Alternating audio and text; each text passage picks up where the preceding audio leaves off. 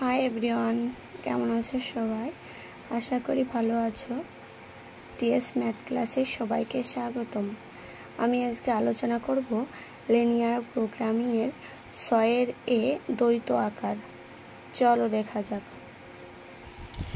দেখো, আমি 10 নম্বর ম্যাথ নিয়ে নিয়েছি। ম্যাথজেড মানে সর্বোচ্চ করণের মান দেওয়া আছে এবং শর্তগুলো দেওয়া আছে।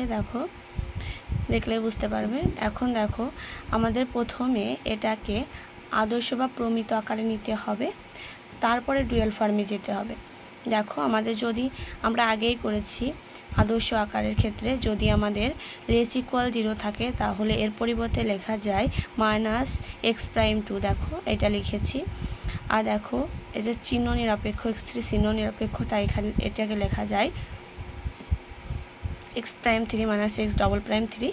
তাহলে যে আমি x'3 আর x'3 নিলাম তা 0 থেকে বড় হবে, সেই শর্তটা এখানে লিখেছি। এখন দেখো, সেমভাবে আমি শুধু মানগুলো বসিয়ে দিয়েছি। দেখো, x2 এর ক্ষেত্রে এটার মান আসবে -x'2, তার সাথে 2 গুণ আছে, তাহলে -2x'2। এই মানগুলো দেখো সুন্দরভাবে বসিয়ে দিয়েছি। দেওয়ার পর আমাদের যেহেতু ম্যাথজেড আছে, তাহলে আমাদের এই যে এখানকার যে সলিড মানগুলো আছে সবগুলো মান বড় হতে হবে।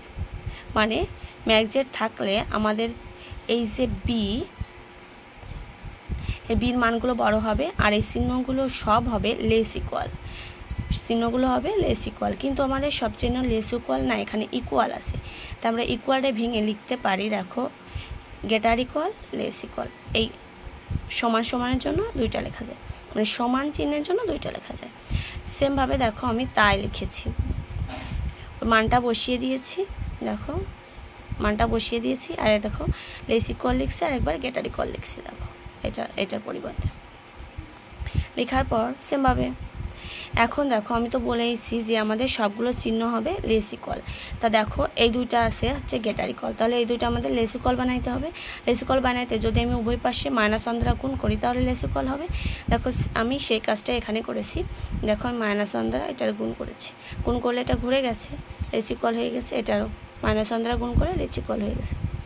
পরবর্তীতে আমরা এটারে কোন ফর্মে লিখতে পারি? দেখো, এরকম ম্যাথজেডের হচ্ছে, দেখো এই যে আমাদের মানগুলো আছে x1 x'2, এগুলোতে আমরা এই চলকগুলোকে আমরা x ধরতে পারি, আর যে কনস্ট্যান্ট আছে এগুলো আমরা কনস্ট্যান্ট 1 আছে, 1 2 রয়েছে, -2, এগুলো আমরা c ধরতে পারি। তাহলে ম্যাথজেড ইকুয়াল টু লিখতে পারি cx লিখতে পারি। আর যে শর্তগুলো দেয়া আছে, দেখো শর্তগুলোতে দেয়া আছে, দেখো এই যে আমাদের এই মানগুলো দেয়া আছে, আমরা x1 x'2 এগুলো আমরা x ধরতে পারি। আর হচ্ছে যে এই যে কনস্ট্যান্ট আছে 1 -1, এই যে সবগুলো কনস্ট্যান্ট আমরা ধরতে পারি কি a। তাহলে আমরা ax লেস ইকুয়াল এইটা, আর এই পাশের যে ভ্যালুগুলো আছে আমরা এটারে b ধরতে পারি। তাহলে আমরা এটারে সাজাইতে পারি। দেখো ম্যাথজেড ইকুয়াল টু cx, আর এখানে x লেস ইকুয়াল b, মানে b মানে এই পাশের কনস্ট্যান্ট মানটা। এখন আমরা ডুয়েল ফর্ম কিভাবে লিখবো? দেখো, আমাদের ম্যাথজেডে নিয়ে গেছি, মানে এটা আমাদের আছে, প্রশ্নের ফর্ম আছে, মানে প্রশ্ন দিয়ে আছে, সেইটাই আমরা প্রমিত বা আদর্শ আকার পর্যন্ত নিয়ে আমরা এইটুকু পেয়েছি, মানে এই পর্যন্ত পেয়েছি প্রথম থেকে। এখন এইটা যেহেতু ম্যাথজেডে আছে, আমাদের যদি ম্যাথজেড থাকে তাহলে মিনিজেড বা লঘিষ্ঠকরণ নিতে হবে, আর যদি লঘিষ্ঠকরণ থাকে তাহলে গরিষ্ঠকরণ বা ম্যাথজেডে নিতে হবে। যেহেতু আমাদের ম্যাথজেডে আছে, তাই আমাদের নিতে হবে কত? মিনিজেড বা লঘিষ্ঠকরণে। দেখো, মিনিজেড নিছি। আর এখানে দেখো, আমাদের সির পরিবর্তে লেখা যায়, এখানে দেখো বি আছে, তাহলে বি ট্রান্সফার, মানে বি রে ট্রান্সফার করলে পারে সি সমান হয়, তাকে বি ট্রান্সফার চিহ্ন টি। আর এখানে আমাদের এক্স এর পরিবর্তে আমরা আরেকটা চলক এনেছি ওমেগা বা ডাব্লু, যে কোনো একটা ডাব্লু। আর এখানে দেখো সেই ক্ষেত্রে লিখেছি min Z equal to B transfer W. আর হচ্ছে শর্তগুলো দেখো, এর আমরা যা মান আছে তা হচ্ছে ট্রান্সফার করে যে মানটা পাবো ট্রান্সফার, আর হচ্ছে এক্স এর পরিবর্তে আমাদের ডাব্লু, আর বি হচ্ছে এইখানকার এই সি ট্রান্সফার করলে বি হবে। এটা আমাদের ডুয়েল ফর্মের মেন শর্ত। এখন দেখো, মিনিজেড এখানে বি ট্রান্সফার, কিভাবে আমরা বি ট্রান্সফারের মান বসালাম? দেখো, বির মান তো আমাদের এইগুলো ছিল, এবার এটা ছিল কলাম আকারে, কিন্তু আমাদের ট্রান্সফার করলে লিখতে হবে কি সারি আকারে। তাহলে এটার সাথে সবগুলোর সাথে ডাব্লু, এবার W1 আমরা ডাব্লুর ভিতর অনেকগুলো মানে যেমন এক্সের ভিতর আমাদের চলক ছিল x1 x2 x3 বা x', 3x অনেকগুলো ইত্যাদি। এখানে ডাব্লুর ভিতর আমাদের আছে অজানা আছে W1 W2, এইভাবে আমরা এটার সাথে গুণ করে দিয়েছি। যেমন 2W1 plus W2 minus W3 minus W4। দেখো সেটাই আমরা লিখছি, সেমভাবে দেখো শতগুলোই এখানে এ ট্রান্সফার, তাহলে এর মান যা আছে যেগুলো কলাম আকারে আছে সেটা সারি আকারে যাবে। চলো দেখি,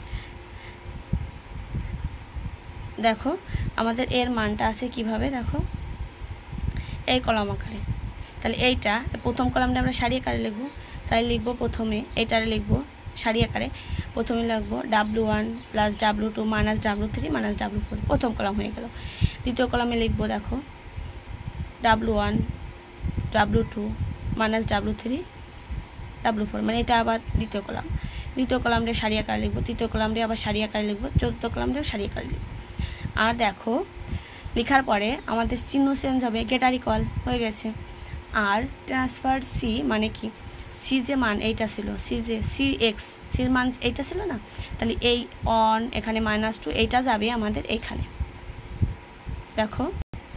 দেখো আমি তাই দিয়েছি যে এই সারি মানে যে মানগুলো আছে সেটা আমি সারি আকারে দিয়েছি, কলাম আকারে যে মানগুলো ছিল সেটা সারি আকারে দিয়েছি।